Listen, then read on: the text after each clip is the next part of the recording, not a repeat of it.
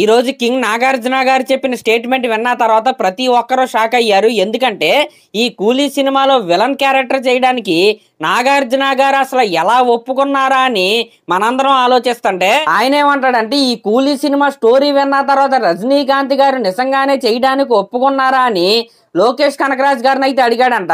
ఎందుకంటే ఈ సినిమాలో సైమన్ క్యారెక్టర్ ఏదైతే ఉందో అది చాలా అంటే చాలా పవర్ఫుల్ గా at the same time hero character కి ఈక్వల్ గా ఉంటదంట.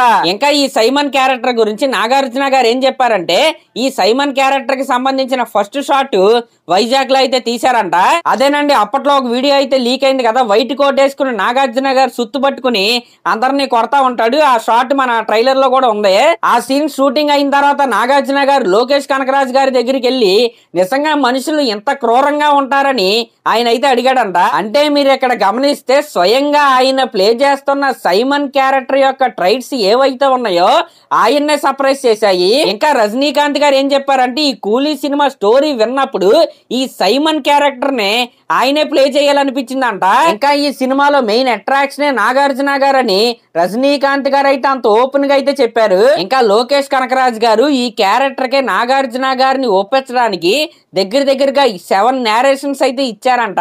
ఆ 7th నేరేషన్ అయిన తర్వాత నాగార్జున గారు అయితే ఈ రోల్ చేయడానికి అయితే ఒప్పుకున్నారంట. మరి ప్రతి ఒక్కరూ కూడా సైమన్ క్యారెక్టర్ గురించి రజనీకాంత్ గారి క్యారెక్టర్ కంటే ఎక్కువగా అయితే చెప్తున్నారు. ఇంకా నిజం చెప్పాలంటే ఈ కూలీ సినిమా హైప్ ఏదైతే ఉందో అది సైమన్ క్యారెక్టర్ చుట్టూరే తిరుగుతుంది అంటంలో ఎటువంటి డౌట్ అయితే లేదు. ఇంకా మొన్న కూలీ సినిమా ట్రైలర్ రిలీజ్ అయిన తర్వాత చాలా అంటే చాలా ఫ్యాన్ థియరీస్ అయితే వచ్చాయి. ఇది టైం ట్రావెల్ కాన్సెప్ట్ అని ఒకరు, ఇంకొకరేమో ఇది సైంటిఫిక్ సినిమా అని మరొకరు, ఇలా ఈ విధంగా చాలా అంటే చాలా ఫ్యాన్ థియరీస్ అయితే వచ్చాయి.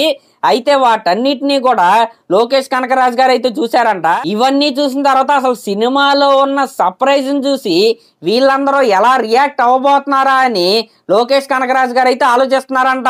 అంటే ఇది సైంటిఫిక్ సినిమా కాదు, టైం ట్రావెల్ సినిమా కూడా కాదు, మనం ఎవ్వరం కూడా ఊహించింది ఈ సినిమాలో అయితే ఉంటదంట.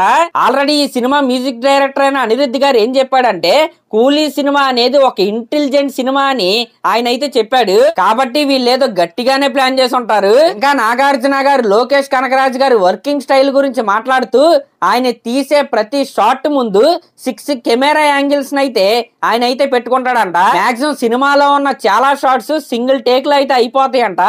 ఇంకా సన్ పిక్చర్స్ వాళ్ళు లోకేష్ కనకరాజ్ గారికి ఇచ్చిన బడ్జెట్ లో 5 కోట్లు మిగిల్చే ఈ కూలీ సినిమాని అయితే తీసాడంట.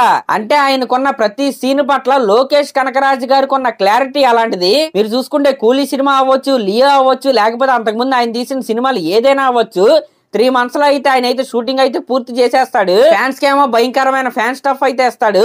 నిజంగా లోకేష్ కనకరాజ్ గారు లాంటి డైరెక్టర్స్ ఇంకా రావాలి. అదనమాట మ్యాటర్. సైమన్ క్యారెక్టర్ చుట్టూరు మొత్తం తిరుగుతుంది. మరి ఈ క్యారెక్టర్ కావచ్చు, లేకపోతే ఈ సినిమా కావచ్చు, మనల్ని ఏ రేంజ్ లో సర్ప్రైజ్ చేస్తాయో August 14 అయితే చూడాలి. అలాగే క్లాస్ లో మన ఛానల్ కనుక ఫస్ట్ టైం చూస్తున్నట్టయితే ఖచ్చితంగా సబ్స్క్రైబ్ చేసుకోండి. అలాగే ఒక కామెంట్ అయితే చేయండి. థ్యాంక్స్.